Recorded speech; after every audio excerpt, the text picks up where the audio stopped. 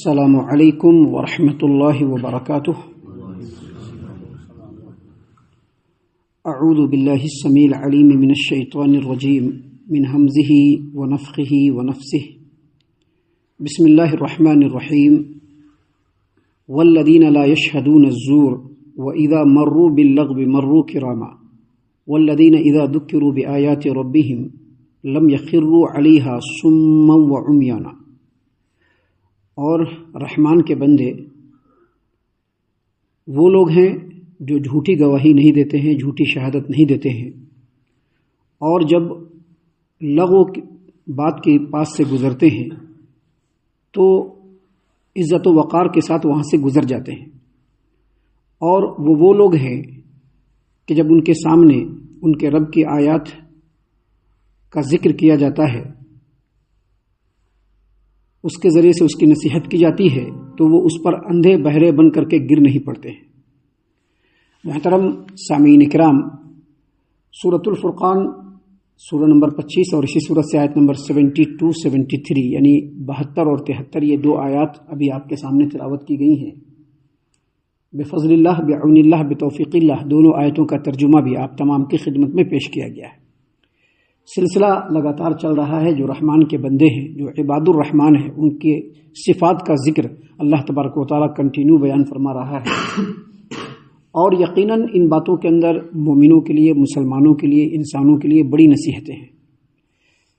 آپ غور و فکر کریں گے کہ پچھلے کئی آیتوں سے جو رحمان کے بندوں کا ذکر چل رہا ہے اور جو صفات بیان کی گئی ہیں، اور ان صفات کے جو اپوزٹ باتیں ہیں وہ عمومی طور پر مسلم سماج و معاشرے میں پائی جاتی ہیں اور عمومی مسلمان اس میں شرکت کر لیتے ہیں۔ یہاں پر جو دو باتیں بیان کی گئی ہیں، ان دونوں باتوں کے اندر ایسی چیزیں ہیں جن کے اوپر آج کے ڈیٹ میں بھی عام لوگوں کو تو کرنا ہی ہے اس کے اوپر توجہ۔ جو لوگ متقی اور پرہیزگار ہیں یا جو تقوی اور پرہیزگاری کے راہ پر گامزن ہیں، ان کو بھی ان باتوں پر غور کرنا چاہیے کہ دیکھیے رحمان کے بندے جو ہوتے ہیں ان کے اندر کیسی صفت ہونی چاہیے۔ اللہ تبارک و تعالیٰ نے سب سے پہلے رحمان کے بندوں کی صفت کو بیان کرتے ہوئے آیت نمبر 72 میں فرمایا، والذین لا یشہدون الزور۔ جو رحمان کے بندے ہوتے ہیں وہ شہادت الزور یعنی جھوٹی گواہی نہیں دیتے ہیں۔ ترجمہ یہی ہے اس کا، والذین لا یشہدون الزور، رحمان کے بندے وہ ہیں جو جھوٹی گواہی نہیں دیتے ہیں۔ یہاں پر شہادت الزور کا جو مطلب ہوتا ہے وہ جھوٹی گواہی ہوتا ہے۔ جو بھی باتیں ہم آپ کے سامنے ابھی پیش کر رہے ہیں، یہ مت سمجھیے گا کہ ہماری طرف سے یہ باتیں ہیں۔ مجھ سے پہلے اس روئے زمین پر گزرنے والے صاحب فضل مفسرین کرام، جنہوں نے قرآن و حدیث اور سلف صالحین کے فہم کی روشنی میں جو باتیں اپنی اپنی کتابوں کے اندر بیان کی ہے، ان باتوں کا نچوڑ اور خلاصہ ہم آپ کے سامنے پیش کر رہے ہیں۔ شہادت الزور اس کا مطلب ہوتا ہے جھوٹی گواہی، اور الزور کا مطلب ہوتا ہے ہر طرح کا کفر، ہر طرح کا شرک، ہر طرح کا نفاق، ہر طرح کا فسق و فجور، ہر طرح کی نافرمانی اور ہر طرح کا لغو اور باطل، چاہے وہ بات ہو یا کام ہو، اس کو کہتے ہیں الزور۔ اس کو کیا کہتے ہیں؟ الزور۔ سامعین کرام، اس سلسلے میں دو تفسیریں بیان کی گئی ہیں، جیسا کہ امام ابن ابی حاتم نے تفسیر ابن ابی حاتم کے اندر عمرو بن قیس کی تفسیر کو بیان کیا کہ عمرو بن قیس کہتے ہیں کہ اس کا مطلب یہ ہے، شہادت الزور کا مطلب یا الزور کا مطلب یہ ہے جھوٹی مجلس، غلط مجلس، بیکار مجلس اور لغو مجلس، جہاں پر ایسی باتیں کی جائے جو شریعت کے بالکل خلاف ہو، چاہے وہ بہت زیادہ ہو چاہے وہ بہت کم ہو۔ ہر وہ مجلس جہاں پر لغو، جھوٹ، بیکار اور کفر اور شرک اور نفاق کی باتیں ہو رہی ہو، اس مجلس کو کہتے ہیں الزور۔ جبکہ یہ بھی کہا گیا ہے کہ شہادت الزور یا الزور کا مطلب ہوتا ہے جھوٹی گواہی دینا۔ حافظ ابن کثیر رحمۃ اللہ علیہ نے تفسیر ابن کثیر کے اندر فرمایا ہے، الزور کا مطلب ہر وہ بات جو جھوٹ بنا کر کے کسی کی طرف منسوب کر دیا جائے، یعنی اس آدمی نے وہ کام نہیں کیا ہے اور اس کی طرف منسوب کر دیا جائے، اس کو کیا کہتے ہیں؟ الزور۔ اور شہادت الزور کا مطلب ہوتا ہے جھوٹی گواہی۔ دیکھیے اس سلسلے میں ہم سب سے پہلے ایک حدیث آپ کے سامنے پیش کرتے ہیں جس کو امام بخاری رحمۃ اللہ علیہ نے صحیح البخاری کتاب الشہادات حدیث نمبر 2654 نمبر پہ روایت کیا ہے، اور اسی روایت کو امام مسلم نے صحیح مسلم کتاب الایمان پہ روایت کیا ہے۔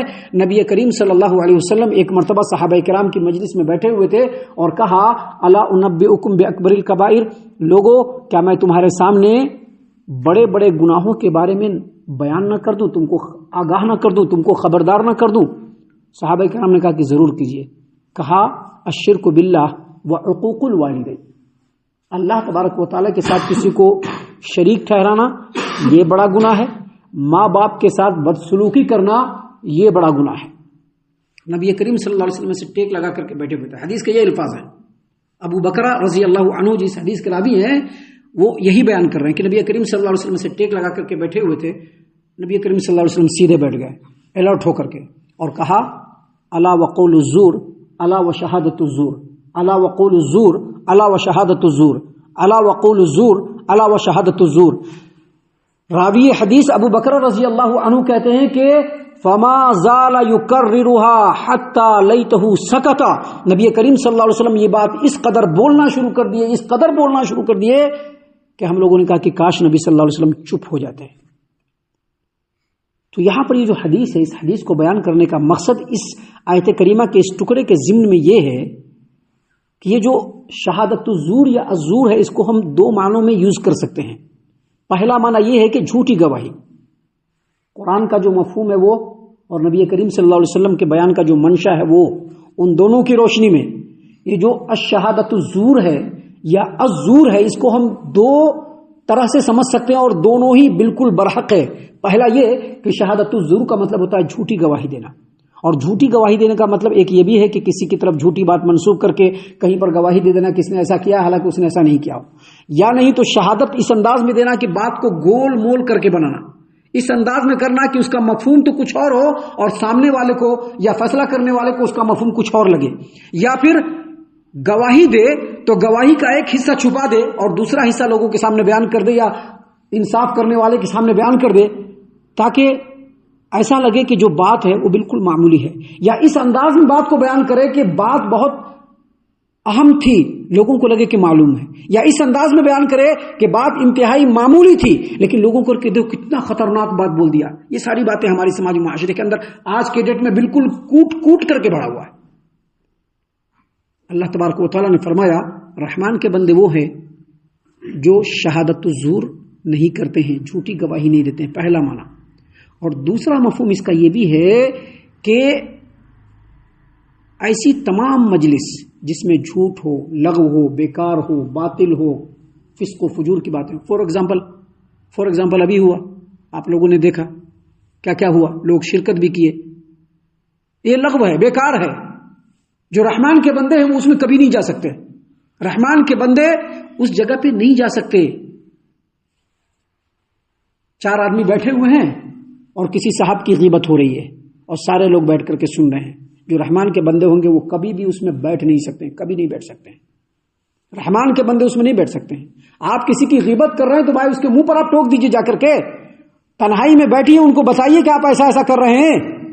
ان کے ابسینٹ میں بیٹھ کر کے کسی کی غیبت بیان کرنا یہ شہادت الزور اور الزور دونوں کے اندر آتا ہے۔ اسی لیے اللہ تبارک و تعالیٰ نے جب رحمان کے بندوں کی صفت بیان کرتے ہوئے کہا والذین لا یشہدون الزور، رحمان کے بندے وہ ہیں جو جھوٹی بات اور جھوٹی گواہی نہیں دیتے ہیں۔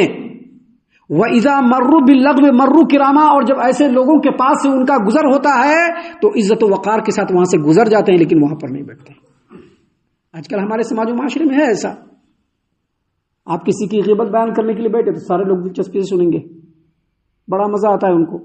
یہ چیزیں رحمان کے بندوں کی صفت کے بالکل خلاف ہے، رحمان کے بندے ایسے نہیں ہو سکتے۔ رحمان کے بندے وہ ہوتے ہیں جو رحمان کے بندوں کی صفات اللہ تبارک و تعالیٰ نے قرآن کریم میں بیان کی ہے اس پر پورے اترتے ہیں۔ اسی لیے اللہ نے یہاں پر کہا کہ رحمان کے بندے وہ ہیں جو جھوٹی بات اور جھوٹی گواہی میں نہیں پڑھتے اور نہیں دیتے۔ وَإِذَا مَرُّوا بِاللَّغْوِ مَرُّوا كِرَامًا، اور جب وہ ایسے بات اور ایسی مجلسوں کے پاس سے گزرتے ہیں تو عزت و وقار کے ساتھ گزرتے ہیں. اور اسی لیے اللہ نے قرآن کریم کے دوسرے مقام پر سورۃ القصص میں کہا کہ وَإِذَا مَرُّوا بِاللَّغْوِ وَإِذَا سَمِعُوا اللَّغْوَ أَعْرَضُوا عَنْهُ، جب وہ لغو اور جھوٹی اور بیکار اور غیبت اور چغل خوری اور بہتان تراشی کی بات سنتے ہیں، أَعْرَضُوا عَنْهُ، وہاں سے اعراض کر جاتے ہیں. پھر وہاں پر وہ رکتے نہیں ہیں. ان کا رکنا ان کے شان اور ان کے عباد الرحمان کی جو حیثیت ہے اس کے بالکل خلاف ہے. سامعین کرام، اس کے بعد اللہ تبارک و تعالیٰ نے رحمان کے بندوں کی دوسری صفت جو یہاں پر ان دو آیتوں کے اندر بیان کی وہ یہ کہ اللہ نے فرمایا والذین اذا ذکروا بآیات ربہم لم یخروا علیہا صما وعمیانا، اور جب انہیں ان کے رب کی آیات کے ساتھ نصیحت کی جاتی ہے تو اس پر اندھے اور بہرے ہو کر کے نہیں گر پڑتے بلکہ سن کر کے اس پر غور و فکر کرتے ہیں. مطلب کیا ہوا؟ مطلب یہ ہوا کہ رحمان کے بندوں کے سامنے جب اللہ تبارک و تعالیٰ کے آیات کے ذریعے سے ان کی نصیحت کی جاتی ہے تو اس پر وہ غور و فکر کرتے ہیں. اس کا ڈائریکٹ اثر ان کے دل پر پڑتا ہے، ان کے اعضاء اور جوارح پر پڑتا ہے، ان کے جسم کے روحوں پر پڑتا ہے. ان کے دل بالکل نرم ہو جاتے ہیں. وہ رب کی آیتوں کو بالکل کان لگا کر کے سننے لگتے ہیں. رب کے آیتوں اور رب کے حکموں کے سامنے ان کا دل اور ان کا شریر، ان کا جسم پورا جھک جاتا ہے، اور پھر وہ ان آیتوں پر غور و فکر کرتے ہوئے اپنے دل کی اور اپنے زندگی کی دنیا کو تبدیل کرنے کی کوشش کرنے لگتے ہیں. دیکھیے اللہ تبارک و تعالیٰ نے اسی بات کو قرآن کریم سورۃ الانفال آیت نمبر 2 میں فرمایا الذین اذا ذکر اللہ وجلت قلوبہم واذا تلیت علیہم آیاتہ زادتہم ایمانا وعلی ربہم یتوکلون. جب مومنوں کے سامنے اللہ کا ذکر کیا جاتا ہے تو ان کے دل پگھل جاتے ہیں، ڈر جاتے ہیں، اور جب ان پر اللہ کی آیات تلاوت کی جاتی ہے تو ان کا ایمان، وہ تلاوت قرآن جو ہے وہ بڑھا دیتی ہے اور وہ اپنے پروردگار پر، اپنے رب پر بھروسہ کرتے ہیں. مطلب کیا ہوا؟ رحمان کے بندوں کے سامنے جب اللہ کا کلام پڑھا جائے گا تو اس پر غور کریں گے، اس پر فکر کریں گے، اپنے زندگی کو ٹٹولیں گے، اپنی زندگی کے معاملات کو ٹٹولیں گے. تمام چیزوں کو ٹٹولنے کے بعد رحمان کے آیتوں کی روشنی میں اپنی زندگی کو بدلنے کی کوشش کریں گے. یہ رحمان کے بندوں کی صفت ہے. اس کے مقابلے میں جو کافر ہوتا ہے، جو مشرک ہوتا ہے، جو منافق ہوتا ہے، جو دنیا پرست ہوتا ہے، اس کے سامنے آپ پورا قرآن انڈیل کر کے رکھ دیجئے، ہر چیز بتا کر کے رکھ دیجئے، اندھے بہرے بن کر کے اس پر گر پڑیں گے، کبھی اس پر غور نہیں کریں گے، اور اپنی دنیا کو، چاہے وہ دل کی اس کی دنیا ہو یا اس کی اپنی دنیا ہو یا اس کی اپنی زندگی ہو، کبھی بھی اس کو بدلنے کی کوشش نہیں کریں گے. اسی بات کو اللہ نے یہاں پر بیان فرمایا کہ والذین اذا ذکروا بآیات ربہم لم یخروا علیہا صما وعمیانا.